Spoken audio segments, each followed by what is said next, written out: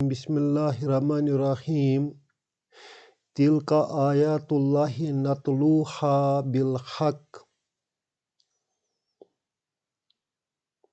نتلوہا علیک بالحق نتلوہا علیک بالحق وَإِنَّكَ لَمِنَ الْمُرْسَلِينَ صدق اللہ العلی العظیم وصدق الرسول النبی الکریم ونحن علی ذلک من الشاہدین والشاکرین والحمد للہ رب العالمین۔ یہ سورۃ البقرہ کی آیت نمبر 252 ہے۔ پارہ نمبر 2 جو ہے سیقول اس کی یہ لاسٹ آیت ہے۔ اس آیت کو جاننے سے پہلے ایک دو باتیں جاننا ضروری ہے تاکہ اس کا مفہوم اچھی طرح واضح ہو جائے۔ اس سے پہلے بنی اسرائیل کا ایک تاریخی واقعہ اللہ تعالیٰ نے بیان فرمایا ہے، جس میں طالوت کو بادشاہ بنایا گیا ہے اور طالوت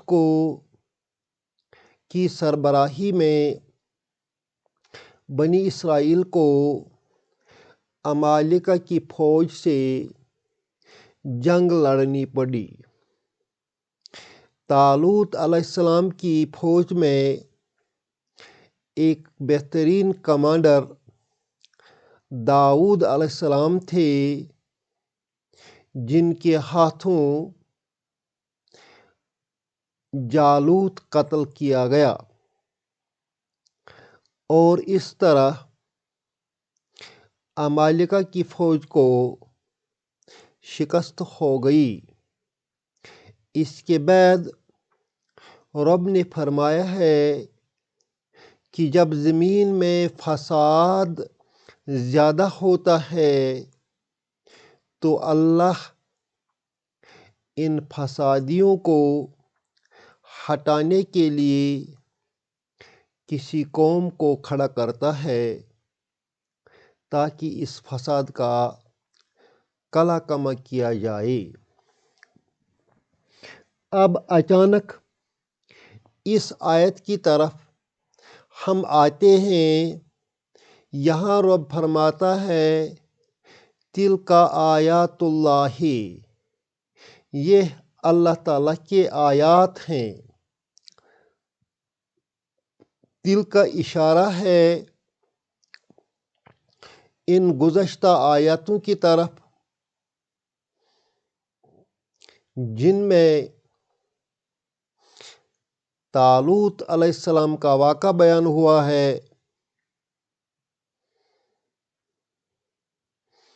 ان کی طرف اس آیت میں اشارہ ہے۔ تل کا یہ اس میں اشارہ ہے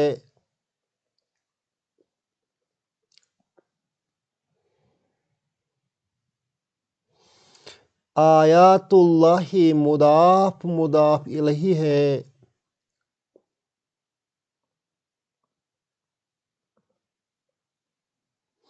اور تلک کو مبتدا کہتے ہیں، آیات اس کی خبر ہے۔ تلک آیات اللہ، یہ اللہ کی آیتیں ہیں۔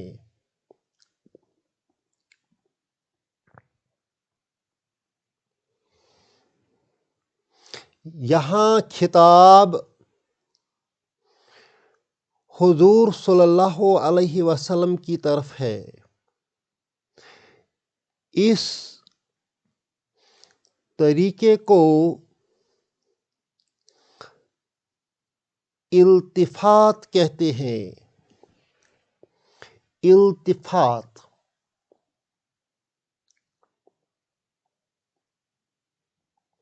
التفات کا معنی ہے کہ کوئی مضمون چلا آ رہا تھا کہ اچانک بیچ میں اس مضمون کو چھوڑ دیا جاتا ہے اور کسی دوسری طرف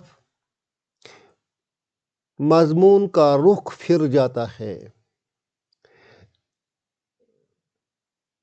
بعد میں پھر سابقہ مضمون کی طرف موڑ دیا جاتا ہے۔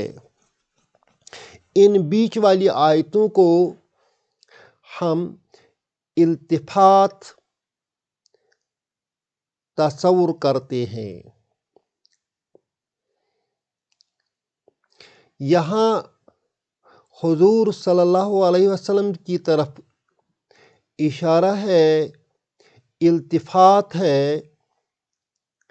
آپ صلی اللہ علیہ وسلم سے فرمایا جا رہا ہے کہ یہ جو پچھلی آیتیں ہیں،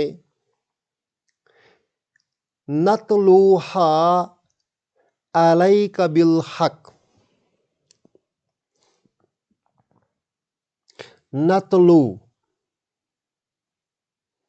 نَتْلُو we recite، ہم تلاوت کرتے ہیں۔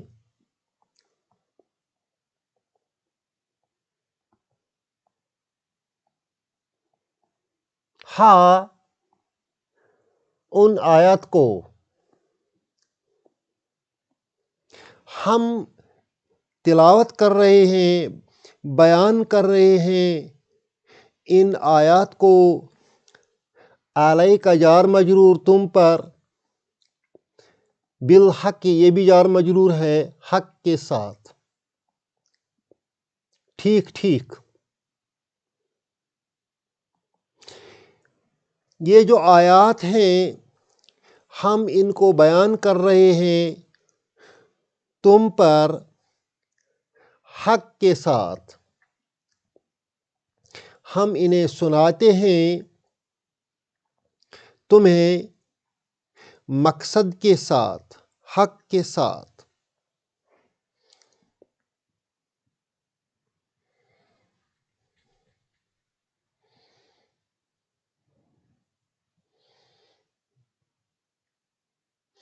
بنی اسرائیل کا واقعہ جو اللہ نے بیان کیا ہے، اس میں ہمارے لیے نصیحت ہے، ہمارے لیے بہت سے فوائد ہیں۔ یہ سرگزشت بالکل بے مقصد، بے معنی بیان نہیں کی گئی ہے۔ اس میں ہمارے لیے بہت سے مصالح اور فوائد ہیں۔ ہم ان آیتوں کے آئینے میں اپنا مستقبل کا نقشہ دیکھ سکتے ہیں۔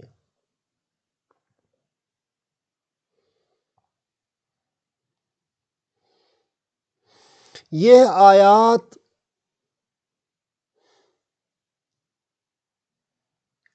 جو رب نے بیان کیے ہیں،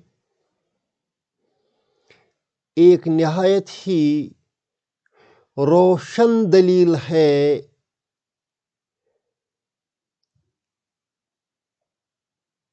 انبیاء اور رسولوں کی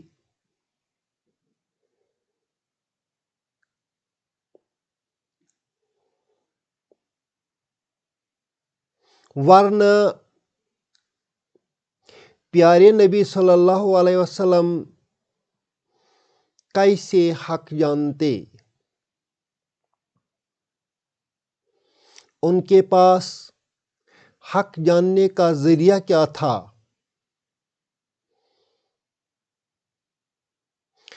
ان آیات کو جو رب نے بیان کیا ہے اور جو حضور صلی اللہ علیہ وسلم نے ہم کو سنائے ہیں، ایک حقیقت واضح ہو جاتی ہے، اِنَّکَ لَمِنَ الْمُرْسَلِينَ، کہ بے شک آپ رسولوں کی کڑی میں سے ہیں۔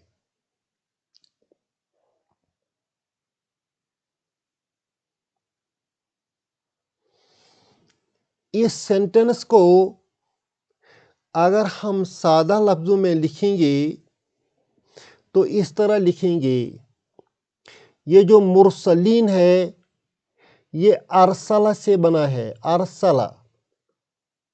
ارسلہ فعل ماضی ہے،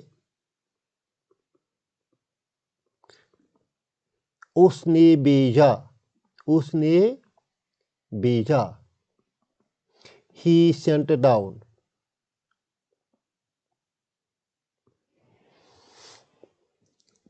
اس کا مضارع بنتا ہے یرسلو، وہ بھیجتا ہے۔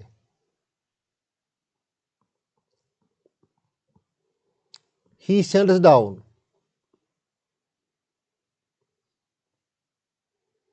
اس یرسلو کو ہم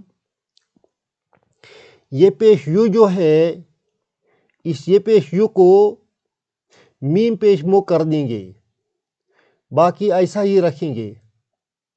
کو یرسلو کو ہم مرسلو بنائیں گے۔ لاسٹ پر دوسرا پیش لگائیں گے۔ اب یہ مرسلن بن گیا۔ مرسلن کا معنی ہے بھیجنے والا، سینڈر۔ اگر ہم اس سین کی زیر کو زبر میں چینج کریں گے تو یہ بن جائے گا مرسلن۔ مرسلن کا معنی ہے بھیجا گیا۔ The one who was sent down۔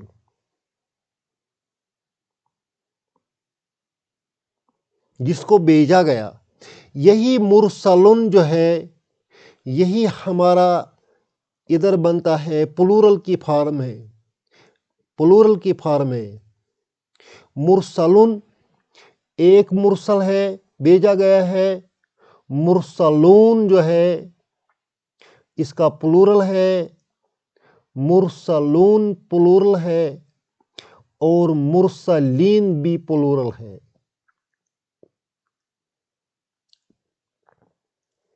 فرق صرف اتنا ہے، یہ جو مرسلون جو ہے یہ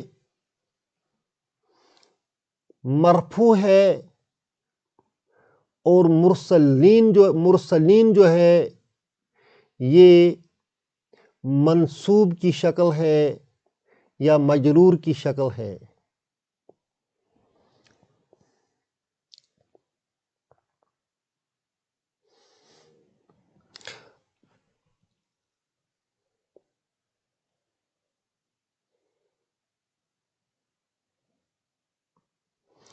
مرسلون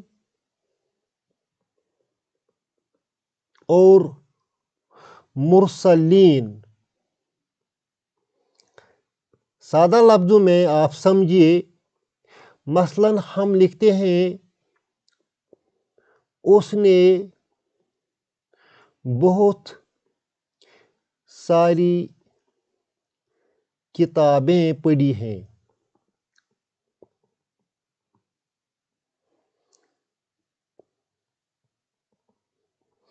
دوسرا سینٹنس، اس کے پاس کتابوں کا خزانہ ہے۔ یہاں کتابیں پر آ گیا، یہاں کتابوں آ گیا، معنی تو سیم ہے۔ اسی طرح عربی میں ایک ناؤن کی 3 شکلیں بنتی ہیں، ایک بن گئی مرسلون، ایک بن گئی مرسلین، اور تیسری شکل بھی مرسلین ہی ہے۔ اب یہ موقع اور محل کے اعتبار سے عربی میں استعمال ہوتی ہیں، جس طرح یہاں کتابیں استعمال ہوا ہے اور یہاں کتابوں استعمال ہوا ہے۔ یہاں ہمارا ورڈ ہے مرسلین، بھیجا گیا۔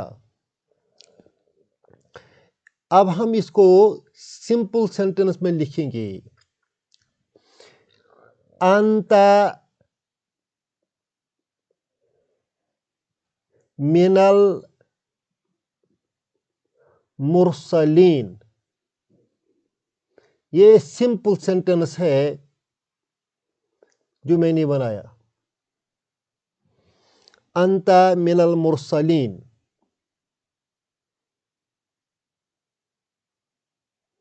اس کا معنی ہو گیا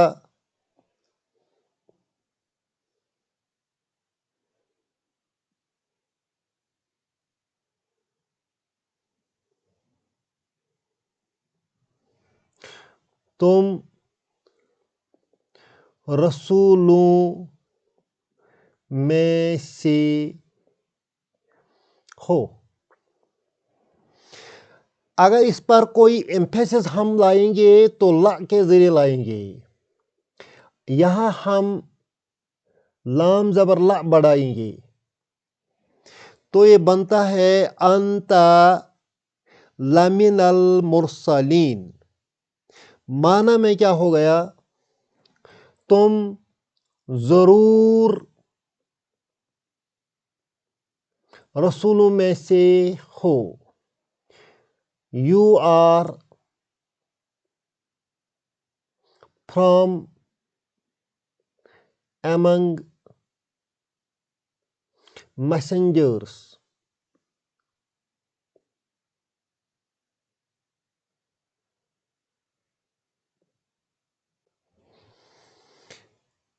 لام زبر لا لگانے سے یہاں certainly آئے گا۔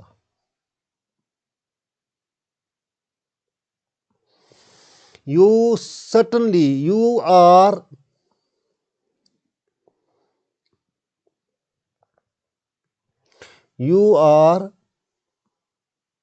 certainly from among the messengers. اب ہم اس کو مزید بڑھائیں گے، یہاں انک لائیں گے، ان لائیں گے۔ جو ہی ان ہم لائیں گے یہ بھی تاکید کے لیے آتا ہے، ایمفیسس کے لیے آتا ہے، تاکید کے لیے آتا ہے، سینٹنس میں زور پیدا کرنے کے لیے آتا ہے۔